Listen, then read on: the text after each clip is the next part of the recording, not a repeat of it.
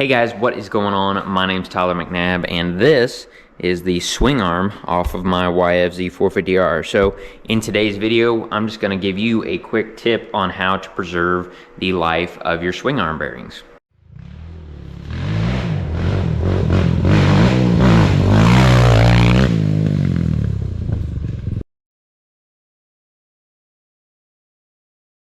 So basically what we have here is this is a new swing arm that I acquired because in my last video I told you guys that my other one was bent, go back and check that video out if you haven't seen it.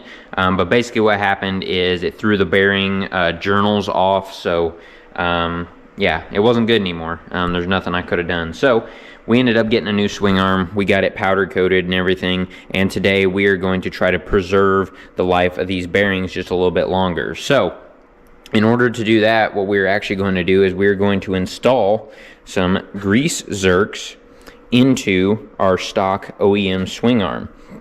And you may be thinking, why don't you just get one of those greasable swing arm pivot bolts? Well, the issue with those is they do not actually grease the bearings. So unfortunately, in order to be able to grease these bearings, what you would have to do is you would just have to pack this full of grease, put your sleeves in, and then install it. There's no way to get grease in there after you have installed it. So what we're gonna do is we're going to drill a couple holes in these swing arms. We're going to install some grease zerks, and then we are going to pump it full of grease with our grease gun, and that makes it serviceable as well while it's still on the quad. The only other way to do it in stock OEM form would be to pull the swing arm off and take it apart, grease it, and put it back together. So I'm going to set you guys up on the tripod, and I'm going to show you the steps that you're going to go through to be able to do this to your swing arm as well. So what you're going to need to be able to do this is, of course, you're going to need your swing arm. You don't have to remove the bearings if you're careful. All you got to do is mark wherever your bearings are. So as you can see, I've already gone through and done that. So here's the edge of my outer bearing. Here's the edge of my inner sleeve on this arm here. I've done the same thing on this one. So that means all of this area in the middle is clear, and I'm good to go ahead and drill in those. Best thing you can do is drill right in the center of that, so you give kind of an even distribution of grease. Then what you're going to need is you're going to need a number 3 drill bit, a 1/4-28 tap, some grease zerks, of course. You'll need a punch of some kind to be able to mark where you're going to drill. I use one of these auto punches, makes it a lot easier. So basically all you do is you mark where you want to go, and then you just push down on this. You hear that click, it makes a divot for me, so that way I know right where I need to drill.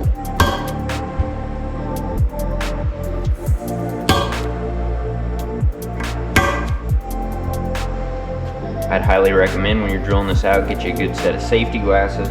You can never be too careful. We're going to put our drill bit in here. And then a quick trick, if you're worried about getting shavings down in your swing arm, especially if your bearings are already installed, is take you a little bit of grease and put it on the end of your drill bit. And basically what that'll do is it'll take all those shavings and it'll kind of catch it in the grease as you're drilling and prevent most of them from falling down in the swing arm. So we've got our hole marked, we've got our drill bit ready. Let's go ahead and drill out our first hole.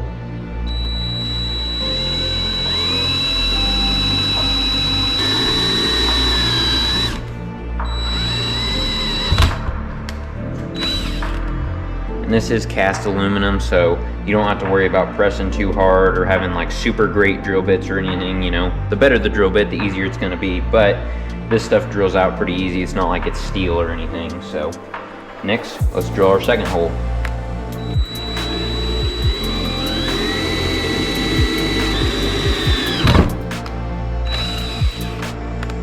Next thing we want to do is we want to get ready to tap our hole. So we got our 1/4-28 tap. You want a cutting fluid of some sort to help guide the tap through. Makes it a little bit easier, less likely that you have any issues. I'm using WD-40. Of course, if you have actual cutting or tapping oil, that would be optimal, but WD-40 will work. We're going to spray a little bit of WD-40 on our hole, on our tap. And then we're just going to try to start it as straight as possible.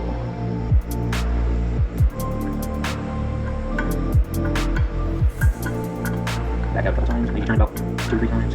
Back up. Just clean those threads out. About 3, good.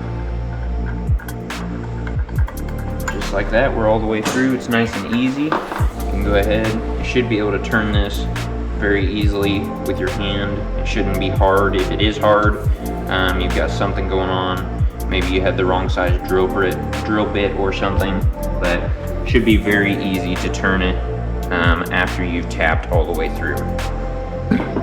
Now that we've got our first one done, actually let's go ahead, we'll test it out. We'll take our grease zerk, and it should screw right in. Just like that. No problem at all. So we'll tighten that down here in a second. First, let's do our other hole.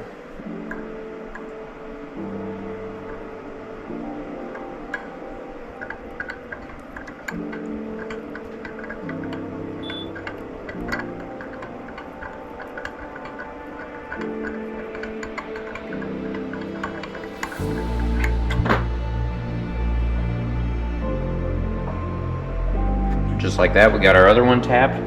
So I'll take my other grease fitting and it screws right in. So we're good on that. What I'm gonna do now is I'm actually going to take a little screwdriver with some grease on the end. I'm gonna stick it in the swing arm and try to get any of those shavings out that fell in. What I should have done is I should have put grease on the end of this tap as well, like I did with the drill bit. That would have taken a lot of the shavings out, made it a lot easier. Okay, so we got our threads cleaned out, we got our internals cleaned out, so now all that's left to do is install our grease zerks. Screw those in. They should screw in by hand, nice and easy to start out with. And then we'll just snug them up with a little 1/4-inch ratchet.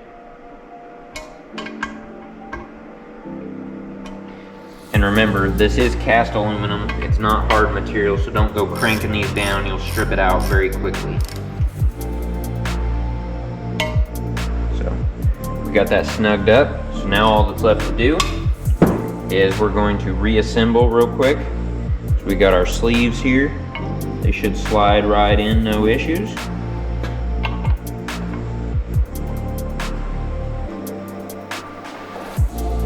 Just like that. And then we're gonna start pumping grease in these things. So I'm gonna leave the end caps off because I'll be able to look down here and see when the grease is coming through the bearing. That way I know when it is full. My grease of choice personally is the Bel-Ray waterproof grease. You can get it in these little blue tubs, which is really nice when you're hand greasing stuff, or you can get it in an actual tube to put in a grease gun like this, which is really nice when doing A-arms, swing arms, that kind of stuff. So let's get her pumped up.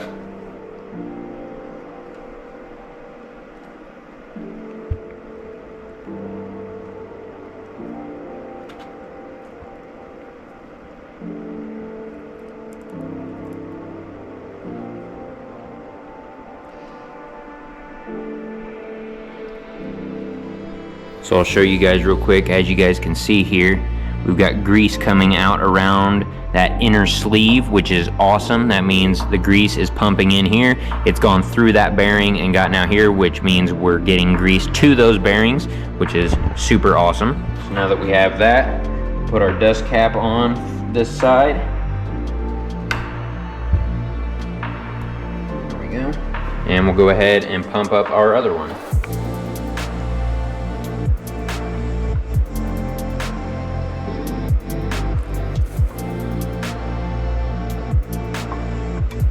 We've got grease coming out the other side as well. So, put our other dust cap on. Clean up our grease zerks here, so they're not attracting a bunch of dirt and mud. And this swing arm is freshened up, ready to go. So if you're like me and you want to get the most out of your stuff, you want your bearings to last all season, function well, or maybe you want them to last a couple years just riding, not necessarily racing. Well, this is an easy upgrade that anybody can do. and it's really cheap. These grease zerks were 99 cents at my local hardware store, and most people probably do have a tap and die kit laying around at their house. So if you don't, you can pick up a tap and die for probably 5 to 10 bucks at your local hardware store as well. So really, a super easy upgrade to prolong the life of your swing arm bearings. And it doesn't even have to be a YFZ swing arm. Any sort of swing arm that you have can be tapped to be able to do this. So thank you guys for watching. Hopefully you enjoyed this little tip, and I'll see you in the next one.